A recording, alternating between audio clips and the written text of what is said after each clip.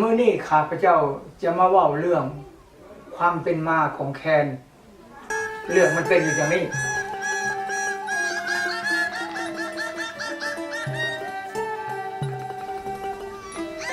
มื้อหนึ่งพระราชาเข้าไปหาเนื้อเลยได้ยินเสียงนกกระวีห้องเลยคิดจะได้เสียงนั้นมาครอบครองเพิ่นเลยประกาศนำพวกชาวเมืองว่าท่านไผประดิษฐ์เสียงดนตรีคือให้คือเสียงนกกระวีนี่ได้เพิ่นสิให้รางวัลมีนางหมายผู้นั้นขันอาสาเล่าเลยเข้าไปในป่าเพื่อฟังเสียงนกกระวีตั้งอยู่จนเมื่อยเราเลยลงไปกินน้ำอยู่ในห้วยใกล้ๆนั่นอยู่แค่ห้วยนั่นก็มีไม้อ้อมีก็ไม่เหี้ยลำก็ไปพุดมีลำสั่นลำยาวลมพัดไม่อ้อปลายกุดนั่นเป็นเสียงวูวีแวแวเล่านังนิ่งฟังเสียงลมพัดไม่อ้อปลายกุดนั่นอย่างซาบซึ้งเราได้ยินสวดหูว่าแมนไม่อ้อนี่แล้วสิเอาไปประดิษฐ์เสียงดนตรีมือต่อมาเราจึงจัดเอามีดผ้ามาตัดเอาไม้อ้อเมื่อหอดเฮือนเราก็ตัดเอาลำยาวลำสั้นเป็น3 ขู่พอดีเราเสียแบบปีต่อเฟืองซึ่งเป็นหูดังนี้เราเอาไม้อ้อมาแล้วบักเป็นปีเป็นลีนปีแล้วเป็นนี้ลีนปีนี่แล้วเราเอามาเป่าได้เสียงคันอันหูเบิ่งนี่เสียงมันจะคันก็ไขหูบางเขาเจาะเพื่อมันสั่นนี่มันจะได้เป็นอย่างนี้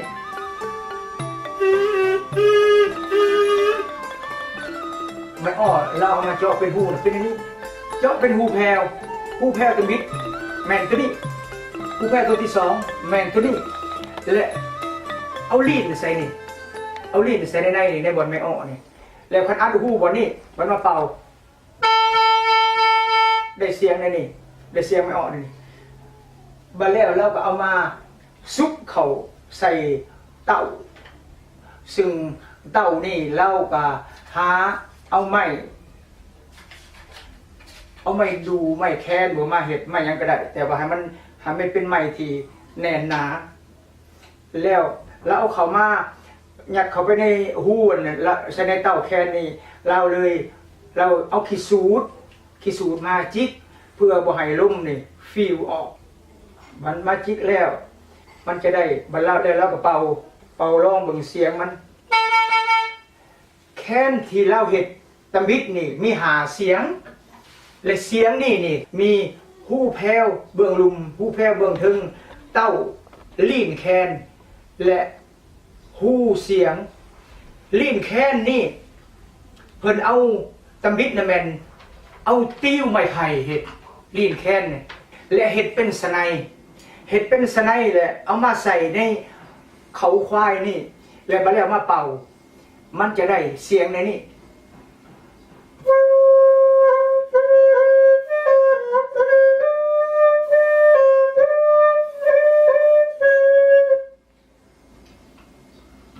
นั่งแม่หมายนั่นเอาแค้นนี่มาแหละเราเห็นได้5 เสียงเป็นอย่างนี้อยู่ทางซ้ายมือนี่มีเสียงโดเสียงที่1เสียงที่2แม่นเสียงเรเสียงที่3แม่นเสียงฟานี่อยู่เบื้องซ้ายมืออยู่เบื้องขวามือแม่นเสียงโดอีกหรือว่าต่อมาเสียงที่2แม่นเสียงโซนเสียงที่3แม่นเสียงลาบัดแล้วเราเอามาเป่าเบิ่งได้เสียงอันนี้เสียงโป้ขวาแม่นเสียงโดเสียงตัวนี้บาดนี้เสียงทางเบื้องขวานี่แม่นตัวนี้4เป็นเสียงนั่นน่ะโซนเสียงโตสุดท้ายนี่เป็นเสียงลาทางเบื้องขวานี่เป็นเสียงโดคือกันแต่เสียงน้อยตัวนี้เป็นเสียงเรตัวสุดท้ายเป็นเสียงฟาเล่าเห็ดแล้วเราก็เลย ฝ้าวเอาไปถวายพระราชาเบิ่งดูว่าอันเขาน้อยได้เฮ็ดมาได้อันเครื่องดนตรีตัวนี้น่ะเรา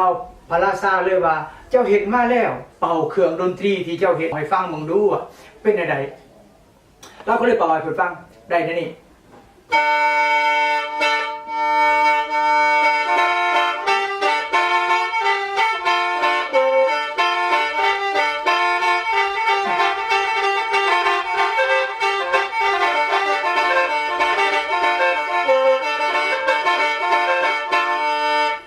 เราเห็นได้นี่เลยนั่งหมายนะเลยถามพระราชาว่าเป็นอะไรบ่ซั่นคือเสียงนกกระวีกนี่บ่ว่าซั่นพระราชาว่าไข่ได้น้อยหนึ่งไข่ได้เพิ่นเลยว่าโอ้ยอันน่ะเอามาแป้งใหม่มึงดูเฮ็ดให้มันดีขึ้นกว่าเก่านางอันนั้นน่ะเอาไปแป้งใหม่นี่เลยได้7เสียงคัน7เสียงนี่แล้วล่ะเล่าเฮ็ดแต่ละเสียงนั่นให้มีคู่ให้มีเสียงสูงและเสียงต่ำตำบิดนี่มีเสียงทางเบื้องซ้ายนี่มีแม่นเสียงโดเสียงซีเสียงเรเสียงมีเสียงฟาเสียงโซนและเสียงฟาเป็นอย่างนี้บาดนี้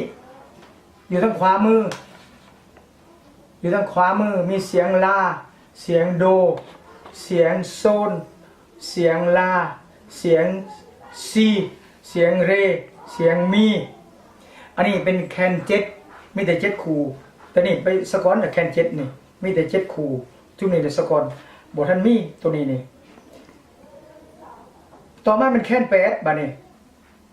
แคน8นี่แม่นแคน7นั่นแหละหากตื่ม2ลูกนี่ตื่มเอา2ลูกนี่มาตื่ม2ลูกนี่มาตื่มคือมันใน2ลูกนี่บ่แม่นเสียงเดียวกันเด้เสียงทางเบื้องซ้ายนี่เป็นเสียงลาทางเบื้องขวานี่เป็นเสียงโซนบัดอยากได้บัดเพิ่นเป่าแล้วคืออยากได้เสียงลานี่เพิ่นเอาขี้สูตรมาติดใส่อยู่ในหูเสียงเพื่อจะได้เสียงนี่บัดเฮาอยากได้เสียงตัวนี้เฮาเอาแกะออกจากตัวนี้แล้วเอามาติดใส่ตัวนี้เสียงนี่จังได้เสียงโซนตัวอย่างอันนี้มันเสียงต่ำเสียงสูงมันเป็นนี่อันนี้เป็นเสียงสูงมันเสียงโดเสียงสูงเสียงต่ำมันเป็นนี่เสียงสูงมันเป็นนี่เสียงเรเป็นเสียงต่ำมันเป็นนี่เสียงสูงมันเป็นนี่หลังจากได้เสียงนี่แล้วเลยแล้วเราเห็ดแค้นได้7คู่นี่แหละเราเอาไปถวายพญาให้พญาเบิ่งพญาก็เลยว่าลองเป่าให้ฟังมึงดูว่าซั่นอันน่ะเครื่องดนตรีเจ้านี่มาแล้วนั่งน่ะเลยเป่าให้ฟังเป่าแค้นเมื่อกี้นี่หาเสียงนั่นเสียงมันเป็นนี่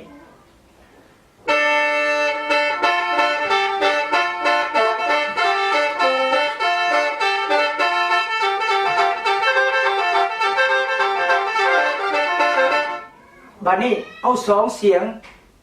ซีกับมีน่ะตื่ม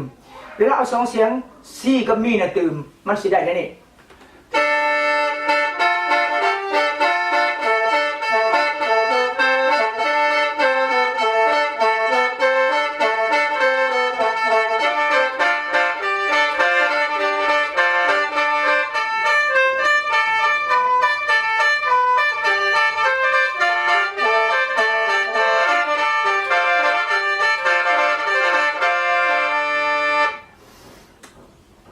แล้วหลังจากเราเป่าแล้วเราเลยถามพระราชาว่าคือเสียงนกกระวีกอยู่บ่พระราชาเพิ่นก็เลยนั่นน่ะตอบว่าแค้นได้จังหน่อยแค้นแล้วใกล้สินั้นแต่เอาเมื่อแป้งอีกยังบ่พอแค้นได้จังหน่อยบ่ทันดีนั่นบัดนี้นั่ง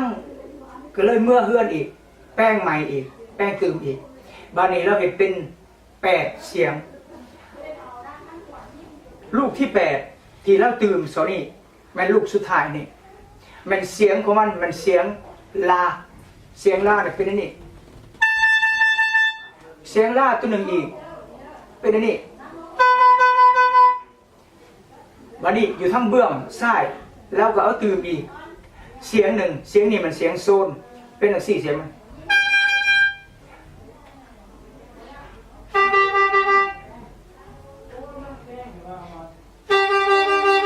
เสียงเดียวกับเสียงนี้บัดนี้หลังจากเฮ็ดได้แคน8คู่นี่แล้วเล่าก็เลยเอาไปถวายพระราชาใหม่พระราชาเห็นว่าโอ้เห็นมาว่าเฮ็ดเธอนี่คืองามหลายลองเป่าให้ฟังมึงดูสินั่งก็เลยลองเป่าให้ฟัง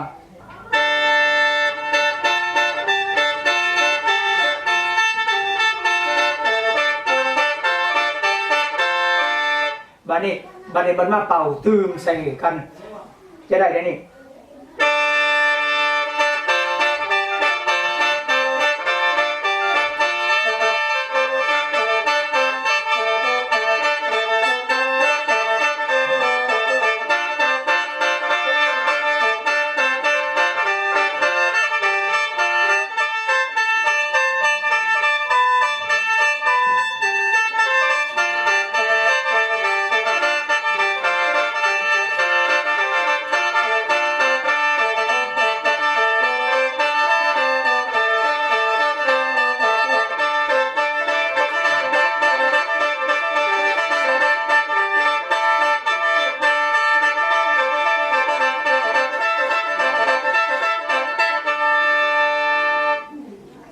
เป่าได้นี่แล้วนั่งหมายเลยถามพระราชาว่าเป็นอะไรขนาดคือเสียงนกกระวีที่บอกคนนั้นพระราชาเป็นเลยว่าโอ้เธอนี่เป่าดีกว่าดวงก่อนนั่นเสียงยังบกหกเสียงมันของหาเสียงหั่นของหาเสียงมันได้ตั้งแต่สำนี้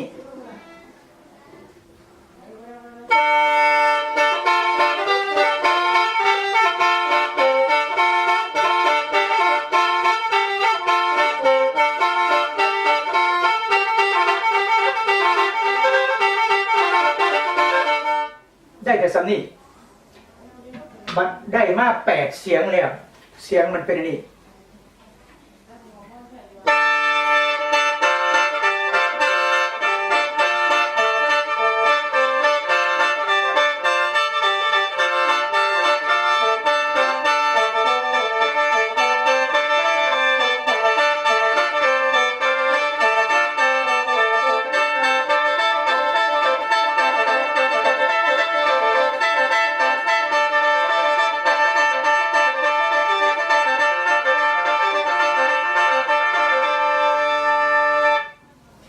พระราชาเลยว่าดวงนี้คือว่าแค้นแดคือว่าแค้นกว่าซุ่มก่อนทันเด้อบางคนบอกคือว่าไข้กว่าเสียงดวงก่อนบัดนี้นั่งหมายถามพระราชาว่าเครื่องดนตรีนี่สิใส่สื่อว่าจังไดเนาะขน่อยพระราชาจึงตรัสว่าย้อนว่าดวงนี้แค้นกว่าดวงก่อนนั่นหลายขอให้พวกเจ้าเอิ้นว่าแค้นเด้อดังนี้คำว่าแค้นจึงได้เกิดมีมาตั้งแต่นั้นเป็นต้นมาท่านจักบรูเน่ส้นศาสตร์วิทยาศาสตร์ฝรั่งเขียนบันทึกไว้ว่าจีนได้เอาแบบลีดแคนลาวไปประดิษฐ์เครื่องดนตรีชนิดหนึ่งชื่อว่าแชงในศตวรรษที่18คนเยอรมันได้เอาแบบลีดแคนลาวนี่ไปประดิษฐ์เครื่องดนตรีในยุโรปอันมีอะโมเนียมอะคอร์ดิออนอะโมนิกาในวันที่7เดือนเดซาม2017ยูเนสโกได้หักเอาเสียงแคนลาวเขาเป็นมรดกโลกข้าพเจ้าได้เล่าเรื่องความเป็นมาของแคนหรือคำว่าแคนก็ขอจบเพียงเท่านี้